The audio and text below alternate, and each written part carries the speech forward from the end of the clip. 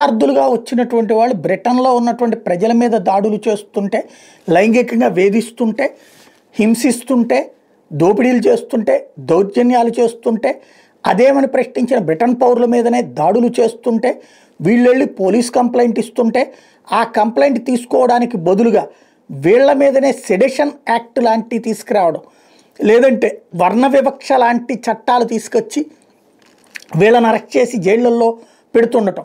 చివరికి బ్రిటన్ ప్రజలు తమ స్వతంత్రం కోసం పోరాడాల్సిన పరిస్థితి రావటం, బ్రిటన్ పౌరులు తమ భావ ప్రకటన స్వాతంత్ర కోసం పోరాడాల్సిన పరిస్థితి రావడం. దీని మీదన అమెరికా స్పందించింది, తీవ్రంగా స్పందించింది. వాస్తవంగా అమెరికా బ్రిటన్ల మధ్యన వాణిజ్య ఒప్పందం జరగాలి.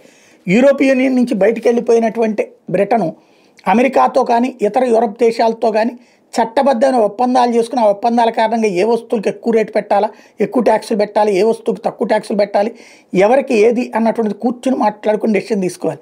కీర్ స్టార్మర్ ప్రభుత్వం బ్రిటన్లో కొత్తది, ట్రంప్ ప్రభుత్వం అమెరికాలో కొత్తది. ఈ రెండు ప్రభుత్వాలు కూర్చుని ఒప్పందాలు చేసుకోవాల్సినటువంటి సందర్భంలో కీర్ స్టార్మర్కి షాక్ ఇస్తూ ట్రంప్ ప్రభుత్వం, మీ దేశంలో భావ ప్రకటన స్వాతంత్ర హక్కు కల్పించాక అప్పుడు వచ్చి కూర్చోండి, అప్పుడు చర్చిద్దాం, అప్పుడు ట్రేడ్ ఒప్పందం చేసుకుందాం అని చెప్పడంతో షాక్ తినడం బ్రిటన్ వంతైంది.